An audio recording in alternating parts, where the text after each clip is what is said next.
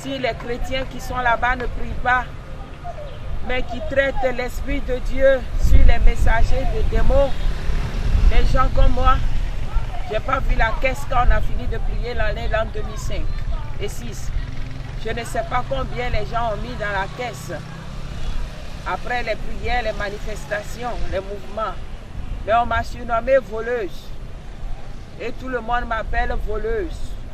On ne m'a pas fait les comptes rendus non plus pour que je puisse remercier les donateurs qui nous ont soutenus en ce programme de consécration du Bénin.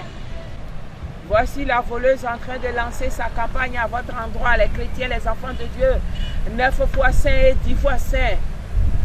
L'année prochaine, il y aura vraiment...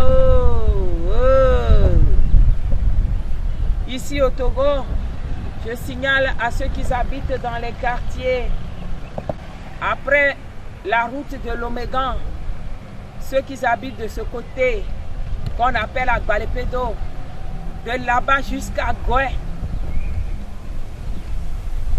dans 2 quartiers d'Agoué, comme ça là. Je veux que les autorités prennent attention à ce que je dis. Ces zones-là sont baillées aux Arabos, les commerçants, les blancs cheveux noirs. Ils ont baillé ces zones et ces quartiers-là, ces grands quartiers qui vont dépasser Kakaveli jusqu'à Gouela.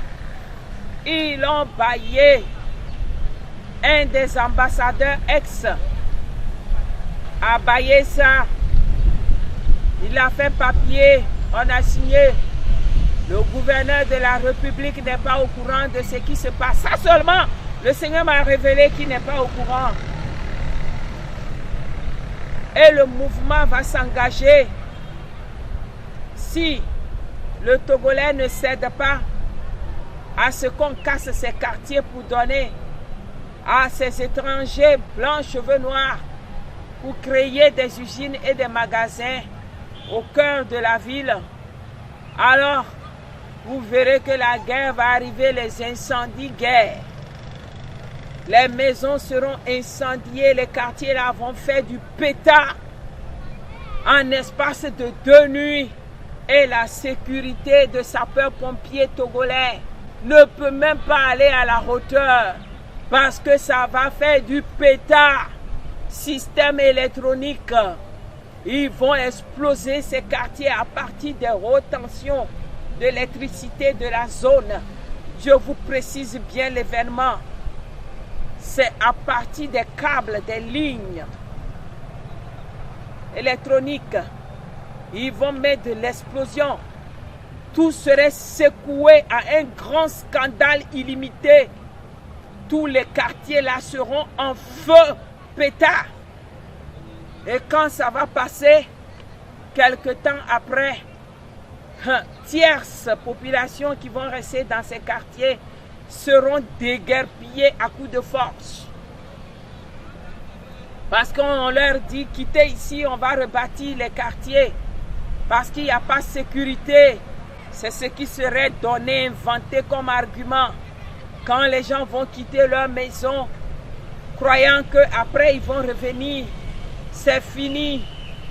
Vous allez constater après que c'est les usines et les grandes boutiques de la commercialisation de cheveux noirs. C'est ça qui va s'installer dans ces quartiers. Le président de la République n'aura aucun pouvoir pour défendre ça. Parce que ces papiers ont été signés depuis avant qu'il ne monte au pouvoir. M'a fait savoir le Saint-Esprit. Voilà ma folie. Qui veut être fou et folle comme le Saint-Esprit qui est sur ma vie? Je vous annonce ce qui vient d'en haut. Préparez-vous, il y a grand scandale. Et ceux qui trouvent que les églises ne sont pas dignes d'être ouvertes, préparez-vous parce que ce scandale est proche. Si les églises ne doivent pas prier, ne soyez pas surpris. Et Dieu ne viendra pas au secours. Voilà, point. Cette page-là est fermée. Il y a autre page qui vient. ce qu'on appelle la vengeance de sang humain. La vengeance de sang humain quand ça crie à l'Éternel. Je vais vous donner un témoignage afin que vous soyez résolus à ne pas répandre le sang des innocents plus dans cette nation. Sinon, même les monceaux de pierre là vaut mieux que le Togo. C'est comme ça le Togo va devenir un monceau de pierre, dit l'Éternel. Parce que le sang des martyrs qui est versé dans cette nation, sinon depuis 35 ans, le sang qui a coulé dans cette nation, dans l'histoire des politiciens, dans l'histoire des marches de revendication, crie à l'Éternel. Et nous sommes en train de prier, nous repentir, demander grâce au Seigneur. Avant que la guerre ne commence dans une nation, permettez-moi de vous dire, les buveurs de sang sont des démons territoriaux. Et je vais vous rendre témoignage d'un démon territorial, buveur du sang, qui en esprit m'a confronté à la frontière du Ghana et la Côte d'Ivoire l'an 2001.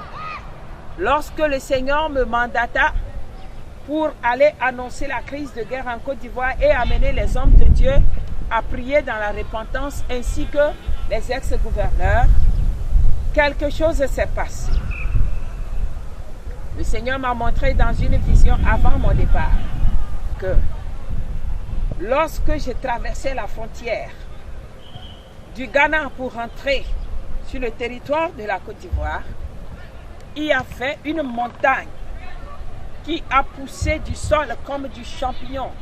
J'avais un pas sur le territoire Ghana et le second pas est sur le territoire Ivoire. Et ce démon buveur de sang, c'était une montagne. Personne ne savait que c'était une montagne parce que c'était au sous-sol. Aussitôt que j'ai mis mes pas, il a poussé du sol. Il a la tête humaine, la bouche, les yeux, le bras. Et cette montagne a une forme de la pyramide. Et cette montagne me posa la question. Qu'as-tu à traverser mon territoire? Pourquoi es-tu venu pour faire perdre et pour posséder tous ceux qui sont sous ma gouvernance? Qu'as-tu à me confronter dans mon gouvernement? Pourquoi tu es venu pour détourner ceux-là qui sont à l'exécution de mes ordres? Et je lui ai posé la question. Es-tu un gouverneur? Il m'a dit, tais-toi, petite fille, réponds-moi d'abord. Qu'est-ce que tu es venu faire ici? Moi, je règne en tant qu'un gouverneur. Je possède tout ce peuple, cette nation. Et je lui ai dit, tais-toi, tu ne sais pas de quoi tu parles. Et c'est devenu challenge. Le Père Céleste, mon Père, mon Dieu, le Dieu des armées d'Israël, m'a mandaté pour venir posséder tout ce peuple-là, à se retourner vers lui. C'est ça ma mission. Il m'a dit, qui est ce Dieu-là, qui est plus grand, plus puissant, plus fort que moi? Moi, je gouverne ici, sur ce territoire, c'est moi. Je vais te démontrer que j'ai l'autorité et quand je commande à tous ceux-là que tu vois, ils se mettent en exécution. Dans mes lois, mes ordres et mes commandements, que veux-tu me dire? On va faire la démonstration.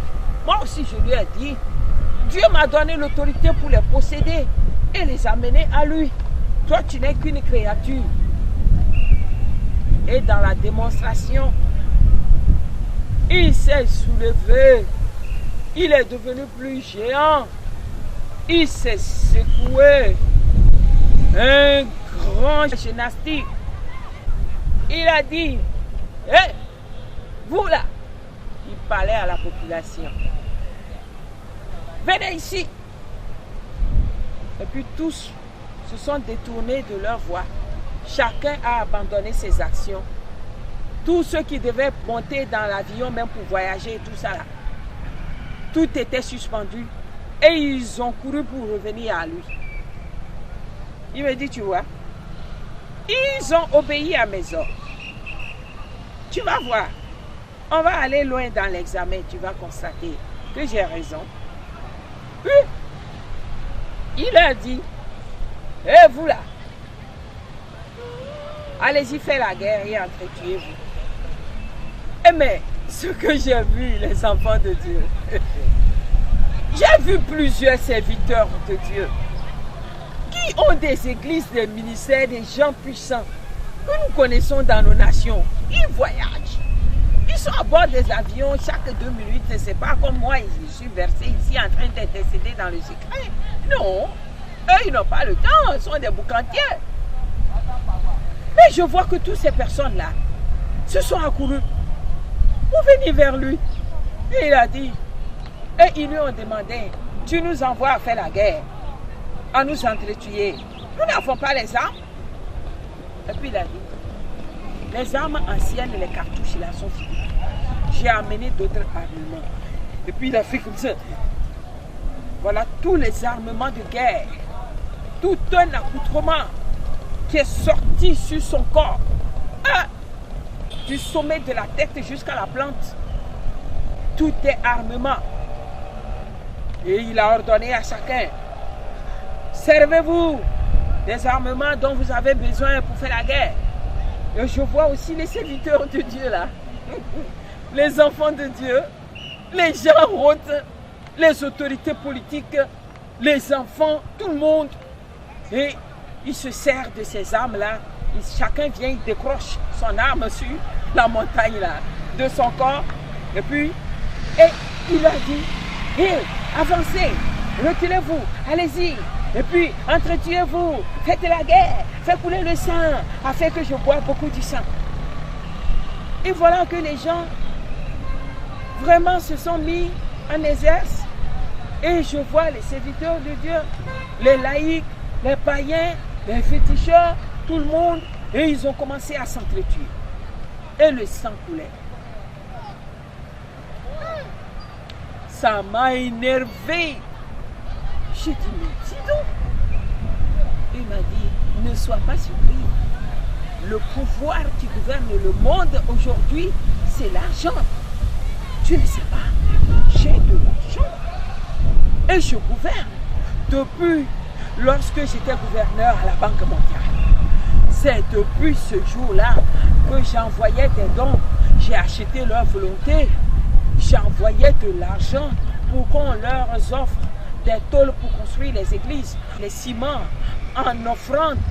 On leur apportait des dîmes et des offrandes à l'église pour rien. Et ils ne contrôlent pas. Ils sont contents. Et ils ont pris pour bâtir les temples.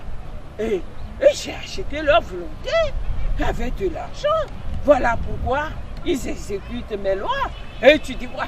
Et s'ils sont fidèles aussi à ton Père, le Dieu dont tu parles, comme ils me sont fidèles, là tu pas remarqué, ils me sont si fidèles.